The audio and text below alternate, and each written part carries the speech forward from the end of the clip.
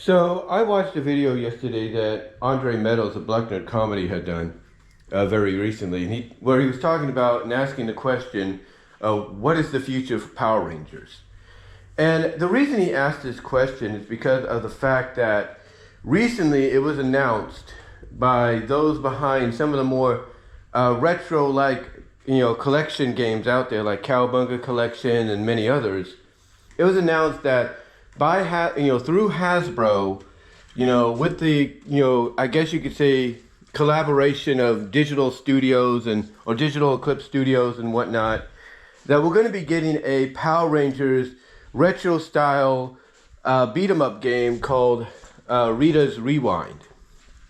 And apparently the game is based in the continuity, the universe of Once and Always, the 30th anniversary special that came on Netflix last year.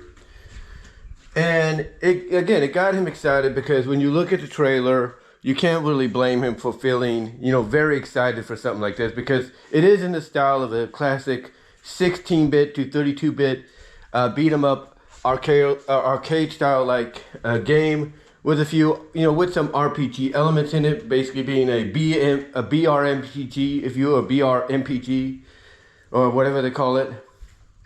So you can't really blame him. And again, the way the game is, being presented,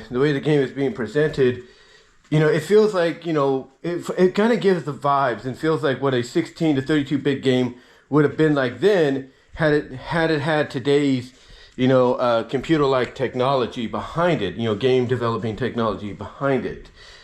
So, it got him, and I'm sure it got a lot of other people excited as to what the future could hold. But then we get the news that Netflix, is dropping Power Rangers. They want nothing to do with Power Rangers currently at the moment. Not saying they don't want to do Power Rangers, but all the reports that, they wanted to develop a more adult, sophisticated, or more mature Power Rangers, or whatever the case was, is currently on hold for whatever reason. And we're not really sure why. And then, of course, there's reports of Boom Studios, bringing the Power Ranger comics they're doing to an end with the 100th issue or something like that. It's coming up, or whatever they're doing there. But apparently that's coming to an end as well. And right now there's no, I guess you could say, news as of yet, although we got San Diego Comic-Con coming up next month, so we might get some news then.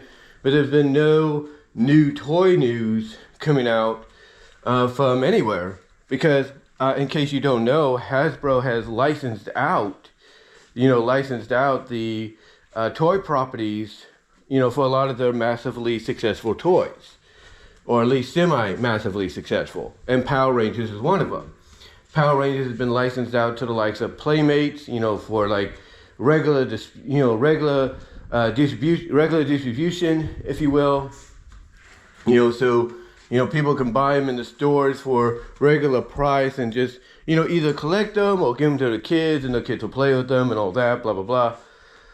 Anyway, they licensed out the Power Ranger license to Playmates in that department, which includes some collectible figures for the adults. But then, of course, there's other outlets that they've worked with and still work with, like NECA and Super 7 and others, that they're licensing out the toy portion of the franchise to for mass production, for at least a decently mass production in the future, because apparently Hasbro wants to get out of the toy business and focus more on being, I guess you could say, an overall entertainment business or conglomerate, if you will. So so that's what's happening there and everything. And again, it's getting him thinking, okay, what does the future hold? Because we have not heard any news on that front either when it comes to what, upcoming toys or collectibles, we're going to get, as far as like, this year or the next year goes down the line. So, so again, all this got him thinking, like, okay, what is going on? What is the future, right? Because we didn't even hear about a possible upcoming Power Ranger movie. A sequel, or at least maybe reboot, to the 2017 film. We haven't heard any of that. So again, the question is, that he's asking is, what does the future hold? And I do apologize if I feel like I'm all over the place. I just got up a little while ago and everything. My mom just left for church, and I'm drinking some coffee to kind of keep myself awake and everything. But again, like I said, he's asked this question because he wants to know, what does the future hold? What does the future hold for Power Rangers going forward? And he brought up some possible scenarios that he thinks they could run with in the future. They could run with in the future when it comes to the Power Ranger franchise going forward. Maybe like what they're planning to do or something. He brought up the fact that, maybe there's a possibility. He's just theorizing. He's just throwing it out there. That because we're getting a Transformers G.I. Joe crossover film with Michael Bay behind it, or at least associated with it, in the near future, that there's a possibility that they could, maybe, because they also have the Power Ranger license, they could incorporate Power Rangers into that. They could do that, but here's the issue though. Here's the issue. The people that last distributed a Power Rangers film was Lionsgate. I think it was Lionsgate that did it last. And just like with My Little Pony, the 2017 movie, Lionsgate would have the distributing rights, or at least the movie license, to Power Rangers, as we currently speak. So I don't know if Paramount would be able to work something out with Lionsgate and say, hey, can we get the license from you guys? Maybe get some help from Hasbro to do that. I'm not really sure. But last I checked, anytime a movie studio like a Paramount or a Lionsgate or Universal or whatever is giving the movie rights to distribute a movie based on a property like Power Rangers, they currently own the rights to said movie. That's what they do. Or at least to that version of said movie. So it's a possibility they could do it, but then again, you might have to deal with a lot of legal mumbo jumbo. I don't know if they want to go through that. But then again, you have studios like Paramount and Lionsgate that have collaborated together in releasing and distributing films. So it's a possibility, but again, we'd have to see what they do. But like I said, he came up with that possible scenario, like, them basically taking what they did at the end of, Transformers Rise of the Beast and repeating that with Power Rangers, but instead of G.I. Joe going to the allies of the allies of the Transformers to get them to help, then instead they go right to the Rangers and say, hey, we know who you are, we know what this is all about, we like to help you, but we'd like to help you in that area, but in exchange we'd also like you to help us. And that's how you bring them in, and that's a possibility. We're not saying it isn't. He did come up with other possibilities as to what they could do as well. He brought up the idea that they could keep things currently as they are, but then take a page out of what they did for Once and Always and kind of have a separate Power Ranger continuity in universe aimed for the more adult fans that grew up with it over the past 30 years. And that's something they could do because Once and Always did prove to be very highly successful for Netflix, especially with the nostalgic crowd. So, that's something they could do. That's something they could look into. I wouldn't have no issue with it. The other thing as well that he brought up, and I was thinking about this too when I was watching it, I'm thinking, I wonder if he'll bring this possibility up as well, animation. And I'm glad he brought it up because again, I was thinking and asking myself, will he bring that possibility up? And he did. And I think the reason he brought that up is because when you look at, and he didn't say this, he didn't bring this up as to why he thinks animation would be a good route to go as well. But I think when he and along with the rest of us saw the trailer for Rita's Rewind, the new Power Rangers game, they were using animations. Now, obviously, if they go animated, down the line, they're not going to use that animation style that they used in the game. They might take inspiration from it, but they won't use it. But anyway, he brought that up, and again, I was hoping he'd bring it up, and he noted that there are things you could do a lot more with animation, 2D animation, 2D flash animation, 2D with a mixture of 3D in there. You could do a lot more with animation than you could, in live action. I mean, you could do a lot more with 2D flash animation or 2D traditional animation or whatever than you could with CGI animation, because of the limitations. For example, you could, you look at My Little Pony, Make Your Mark, and even before that, the New Generation movie that helped launch Make Your Mark. You take a look at the CGI there, and it's great. It is great, animation as far as the movie goes, and it's decent animation that, for the series that, that as the series continued, evolved and got better over time. The animation's great. The animation on that was great, but you could only do so much with that. You can only do so much with that. But when you compare it to the 2D animation that they're using with Tell Your Tale, the 2D flash animation, 2D, 3D animation, whatever they're using for Tell Your Tale, traditional, I think, mostly, or at least it's kind of digital ink, I should say, digitally inked animation. I don't know how they could quickly get it out and all that, but anyway, and again, like I said, it's early. It's 10:39 in the morning right now as I'm recording this, so Pacific time, so I do apologize if I'm a little all over the place, but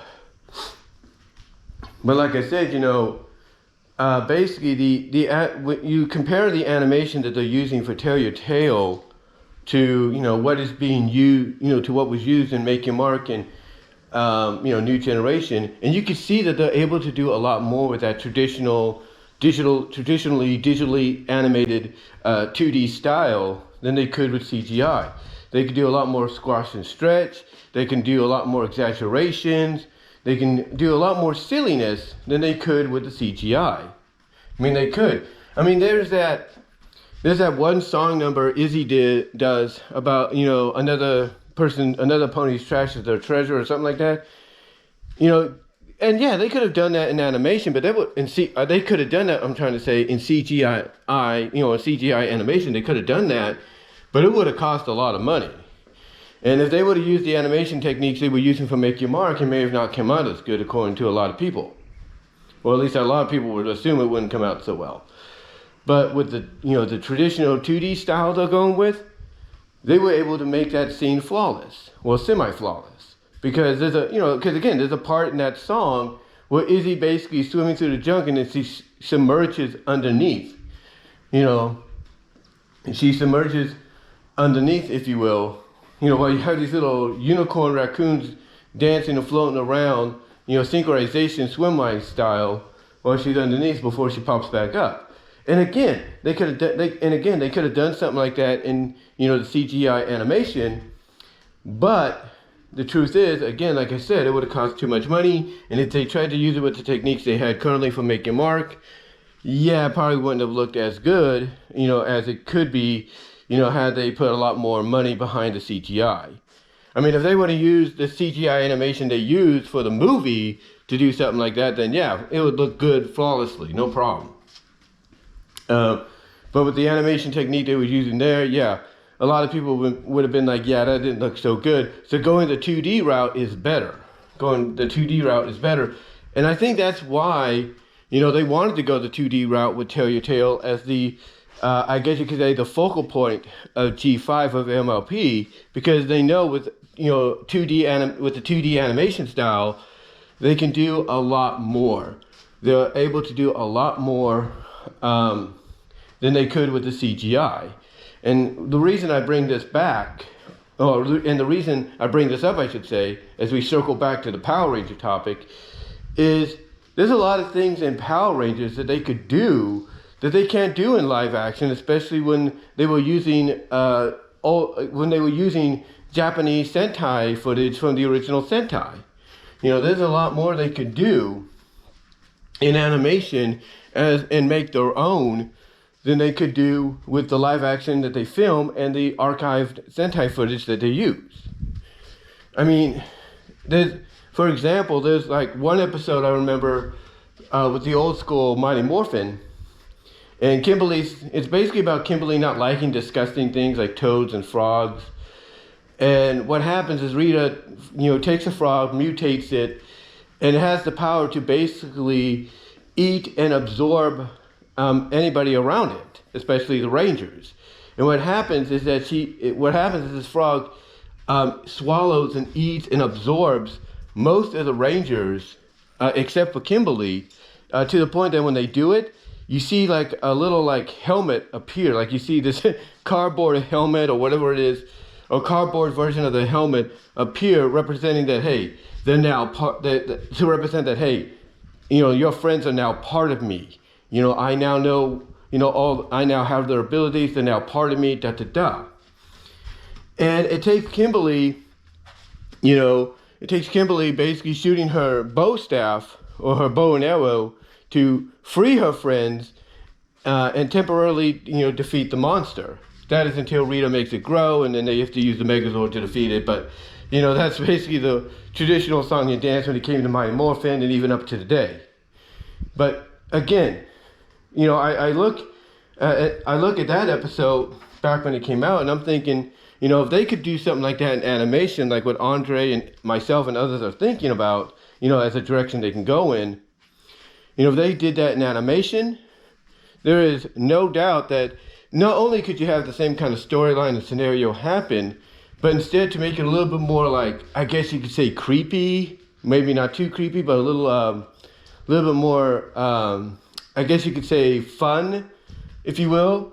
You could have the Rangers, as they get swallowed and absorbed, you could have, the helmets appear on the belly of the toad, but instead of just being there flat and everything where, hey, if they're filming and a young kid comes around and do like that, and it just rips it off and everything. It's like, what is this? It's just cardboard, or it's just paper mache, or whatever, paper mache.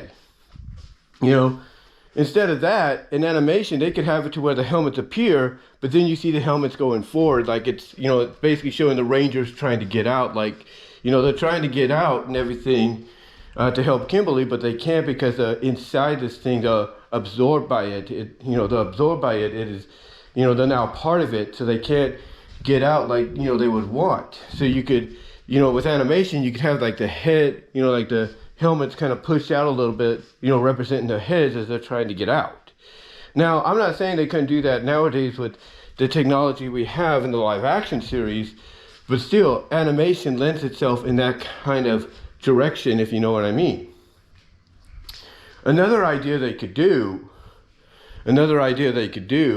honestly, is, go a route that now I know you're going to think to yourself, well, why do you always bring this up as something they could possibly go with? Because in animation, it's a direction they can go in. And especially traditional 2D style animation. And that is, I guess you could say the temporary slime girl, goo girl, shape-shifting route, to where you could have the animated versions of Kimberly and Trini, to get, hit with some kind of ray or some kind of chemical that temporarily gives them the powers to be slime girls, goo girls. They could shapeshift into anyone or anything they want, or even melt into a puddle, or even melt into puddles and everything. And of course, like with any story in that vein, you can have them see what's happened to them, but also notice, hey, we can have a little fun with this. And you can have them shapeshift into their friends, into each other. They can have them melt down into puddles to relax a little bit and everything. You can even have them shapeshift into inanimate objects, maybe try to do vehicles. But then, of course, you have that story element where they find out that if they don't get a cure within a certain time frame, they're going to be stuck like that forever. And they'll never be able to go back to normal, which means the days as Rangers are over, the days of a normal life outside of Rangers is over. So I could see, that kind of a story being used more so in traditional 2D animation or traditional 2D animation style than in live action. And again, not saying they couldn't do that with the CGI and technology we have today, but let's be honest, it probably wouldn't come off as well as what we could see in with a traditional, I should say, 2D animation style. I mean, there's even the idea that, realizing, hey, we got to find a cure, this monster by so-and-so has the cure. We need to find a way that, we had to find a way to get that cure from them, You can even have them say, you know what, let's try fusing, because if the power of us individually is not enough, what if we merge together and become one? And you could do that. And then you can have a fusion of Trini Kimberly, because of the temporary goo girl slime powers they have, become one. And, that's how they take out the monster. They're able to get the cure, and they're able to use it on themselves right away to where, they're able to restore themselves back to normal. You could have Rita or whoever the villain is, make the monster grow, and, again, have that old song and dance that even goes to this day of that situation where the Megazord comes in and defeats it. But again, like I said, something like that would lend itself better, to a traditional 2D animation style than I think it could in live action with CGI effects. And again, I'm not saying it couldn't do that, because the earliest example of that, with a live action series, that basically through the technology evolving over time got better itself, is Alex Mack. Secret World of Alex Mack. Well, one of her most popular powers and traits that fans loved seeing her use was her morphine melting into a liquid, if you will. And when the show first began, the CGI effect wasn't that good, but it was good enough to where you could tell, yeah, she is, morphine becoming a liquid, because it would transition from her, just standing there to being all wavy and everything. But again, you could see it was very early CGI animation style or effect. But over time, as the series progressed, throughout the seasons, that morphine effect got better to where it became just seamlessly. It basically became very seamlessly, I'm trying to find the right words to say. And again, like I said, it's early. But it basically got to the point where that morphine melting effect became so, seamlessly available, if you will, or seamlessly utilized, that every time she morphed, you believed it. Every time she melted into a liquid, you believed it. So basically, the CGI technology for that effect got better. But nowadays, we're talking like, hey, big battle budget scenes and doing this and that. And, nowadays with the economy across the globe, it's like, would anybody, not just the US, but Japan and all of them, would they really want to spend that kind of money on trying to make that effect a reality? Would they want to do that? And I don't think they would. I don't think they'd want to do that, honestly. I think they'd want to keep it slightly toned down financially, and just go from there. Just, go and, do what they got, just go and do what they got to do, to make the show interesting, make it, viable to a lot of, intriguing and viable to a lot of viewers and all that in the future. And going a traditional 2D animation route, or at least in that style, like what Andre was talking about, is a possibility, probably the best possibility if you want to keep the franchise alive. If you want to keep it alive, you want to keep it going and everything in the near future. And I wouldn't blame them for wanting to do that. I wouldn't. Now you might ask yourself, well, why did Andre bring this up? What made him want to bring it up and everything? As a possible way of keeping Power Rangers going, like a direction they can go in, to revitalize the series. And what brought it up for him is not just possibly, the animation cutscenes they show in the trailer for the Rita's Rewind game, but also what Netflix is doing with Ultraman, with that series. Because I think there have been like one or two animes, maybe OVAs, maybe of Ultraman in the past, but not a full-blown series, 2D or CGI or whatever. So this is obviously the first, if that's the case. But but still, that's kind of what made him bring this up, because he's looking at what they're doing with that, which was always a traditional Sentai show where basically the character would fight against, kaiju like monsters and everything, just like Power Rangers, but now it's getting that, as a series, it's getting that CGI, seamlessly CGI animation style, maybe with 2D, I'm not really sure, that allows them to do a lot more. So that's what got him thinking about this, as a possibility that where they could take Power Rangers. He also brought up the fact that there is another way they could, do some Power Ranger stuff as well. The other thing he thought about, excuse me, the other thing he thought about going forward in the future with Power Rangers is them doing the multiverse, going the multiverse angle, I should say. And what I mean by multiverse is basically say, okay, we want to reboot the series, but we also want to keep these other previous Power Ranger entities and shows, as their own individual continuities. So he's thinking, well, if they want to do that, then fine, they could do that. They could reboot it, but not totally erase everything that was, Power Rangers over the past 30 years. They could say, in space is its own continuity in universe. Lost Galaxy, is its own universe. Mighty not Mighty Morphin, but because Mighty Morphin would be how they started out, but like I said, in space, it would be its own universe. Lost Galaxy, as I was mentioning, ironically, would be its own universe. Time Force would be its own universe. Zeo, Turbo, Wild Force, Dino Thunder, you name it, they would be their own, Lightspeed Rescue. They'd be their own universes. They would be their own, places of existence to where, none of them don't truly connect, at all. They'll just, they're doing their own thing and all that.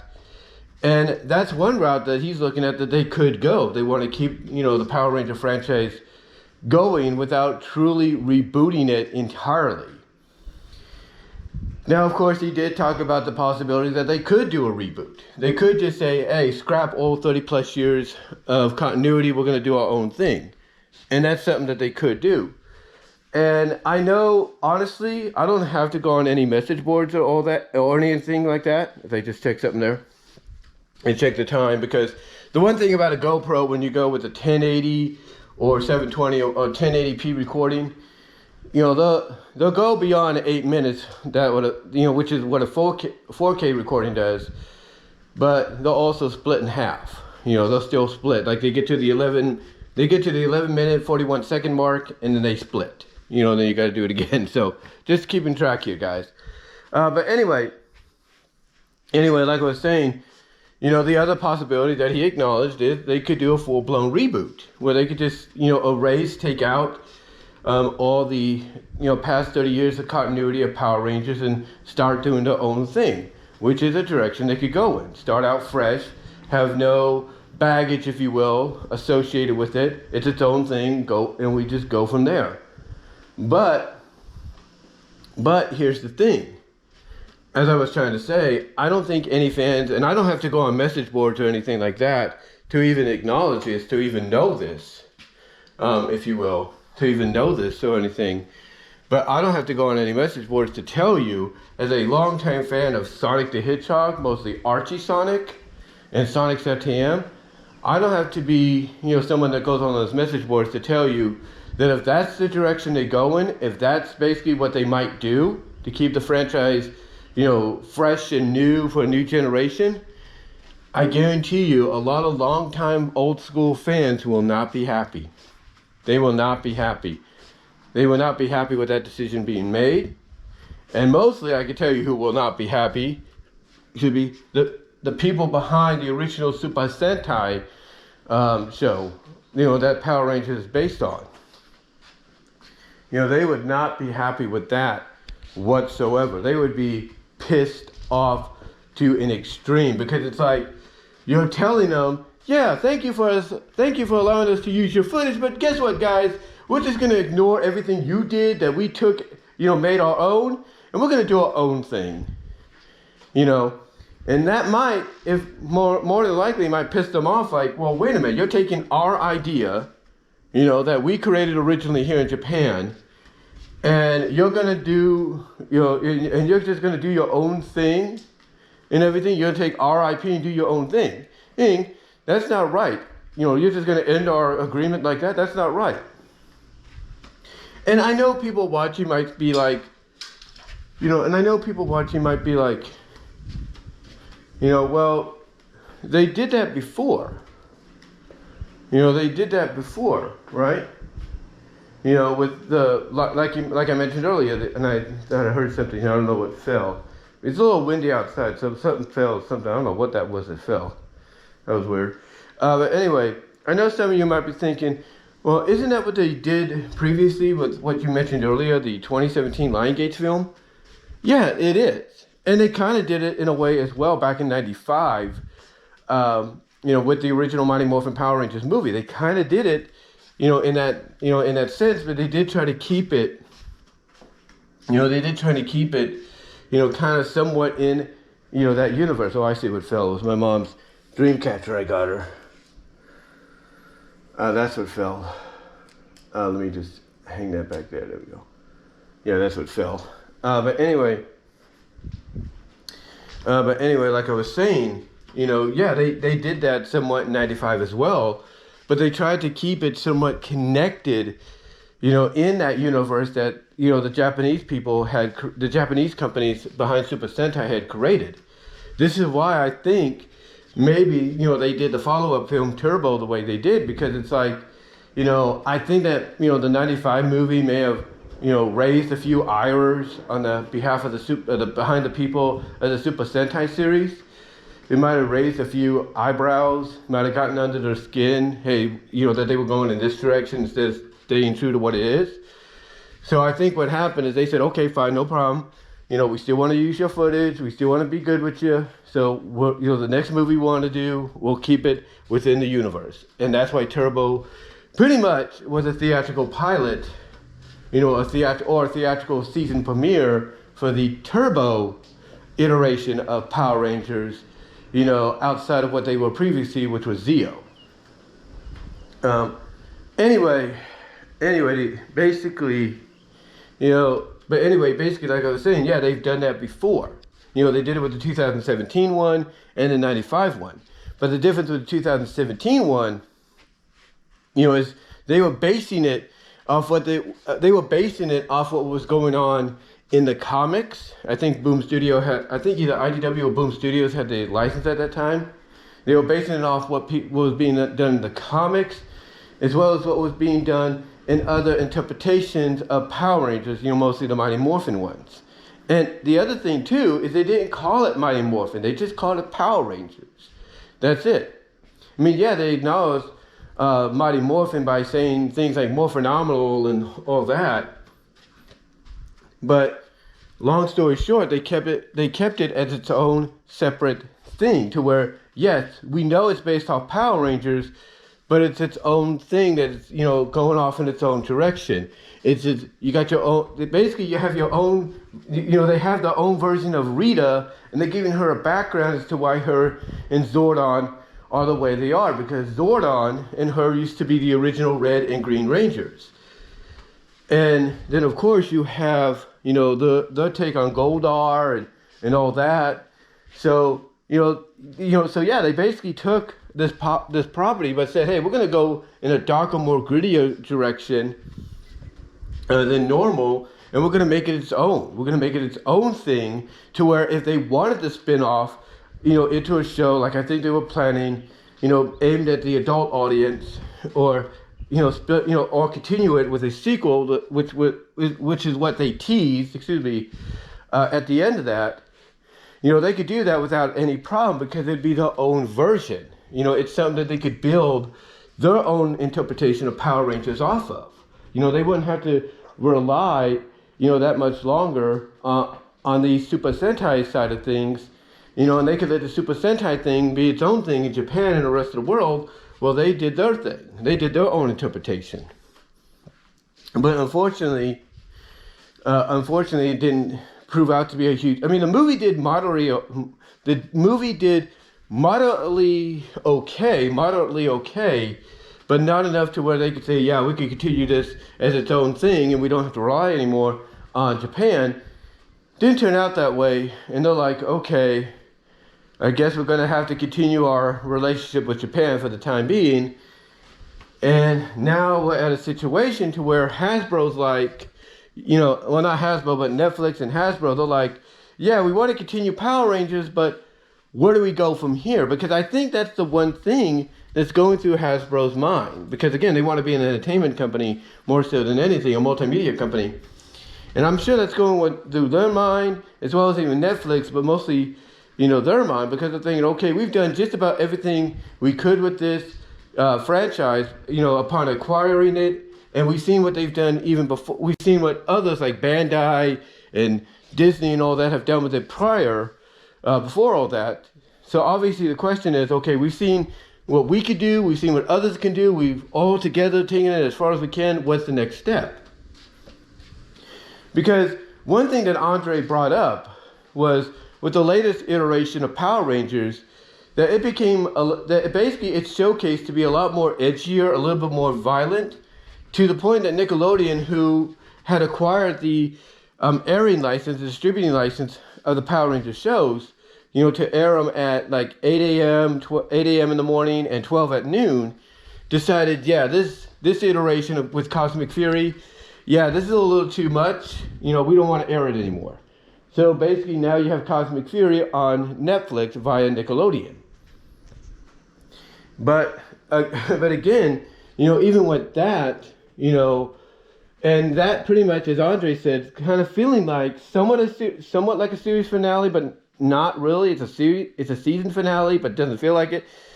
Again, it's one of those scenarios to where you as a fan have to interpret, okay, what was Cosmic Fury? Was it a series finale? Was it a season finale? What's going on? And then you're hearing all this news that I mentioned earlier, and it makes you wonder, hey, are they truly getting rid of Power Rangers, as a franchise, or, are they going to be rebooting it in some capacity, in some fashion? Which is why when Andre, said what he did in his video, I thought it was very intriguing, very interesting, good takes on where they could go with the franchise. And, again, I totally agree with some of that. I do. Like I said, the animation, going traditional 2D animation style, would do it wonders. And yes, with today's technology and animation, you could do it a lot more than you could do previously. But I think going that traditional 2D digital ink style would be perfect for them. It would be absolutely perfect. But it's up to Hasbro what they want to do. It is up to them where they want to take this franchise going forward in the future. It's up to them. It's not up to me. It's not up to Andre or anybody else. It's up to them. Where do they want to take Power Rangers in the future? What's the direction? Since right now we don't know about any news toy-wise, through the licensees of Playmates and other areas like NECA, Super 7, and whatever. Nor have we heard any news about a possible Power Ranger series or movie coming in the future, unless, like I said earlier, they're saving all that for next month at San Diego Comic-Con. And if that's the case, then all I'm going to say is if Hasbro has a booth or a panel, at that event, which I think they will, if they have a booth or a panel, there, then I'm almost guaranteeing we're going to get some kind of Power Ranger news there. Whether it's, figures and collectibles or a show or a movie, we're going to get, or even comics, basically, as well. We're going to get some kind of information. I guarantee it. I just got this feeling.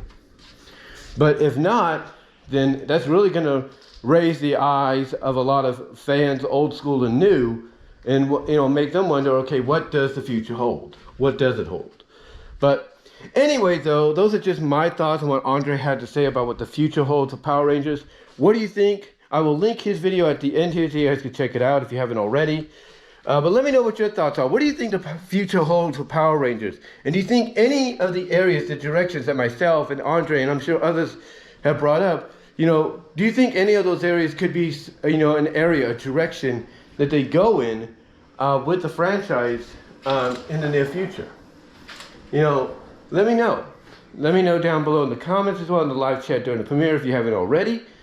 And until next time, guys, I will talk to y'all later. Again, I do apologize if I stumbled on my words a little bit. I just woke up a little while ago, so again, still waking up. But let me know what your thoughts are. I'd love to hear what you have to say on this. And until then, I am out.